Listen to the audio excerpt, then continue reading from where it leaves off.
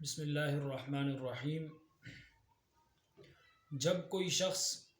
گھر میں داخل ہوتے وقت دعا نہیں پڑھتا، بسم اللہ نہیں پڑھتا، اللہ کا نام نہیں لیتا، تو اس گھر میں شیاطین داخل ہو جاتے ہیں اس کے ساتھ۔ اور اگر وہ کھانے پر بیٹھتے وقت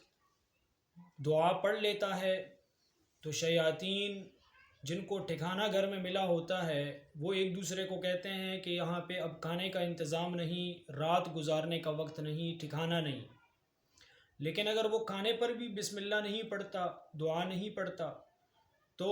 شیاطین خوش ہوتے ہیں کہ اب ٹھکانہ بھی مل گیا اور کھانے میں بھی ہمارا حصہ پڑ گیا، تو شیاطین اس انسان کے ساتھ کھانے میں بھی شریک ہو جاتے ہیں اور اس کے گھر میں ٹھکانہ بھی لگا لیتے ہیں، تو کھانے سے ساری برکت ختم ہو جاتی ہے اور رات کے ٹھکانے سے گھر میں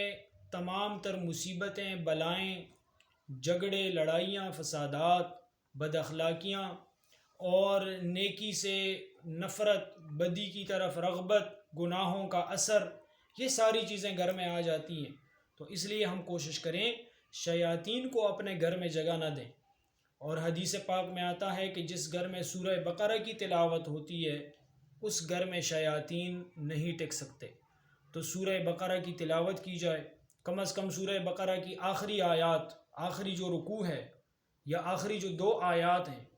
بڑی بابرکت ہیں، ان کی تلاوت روزانہ ہو تاکہ ہمارے گھروں میں شیاطین نہ آئیں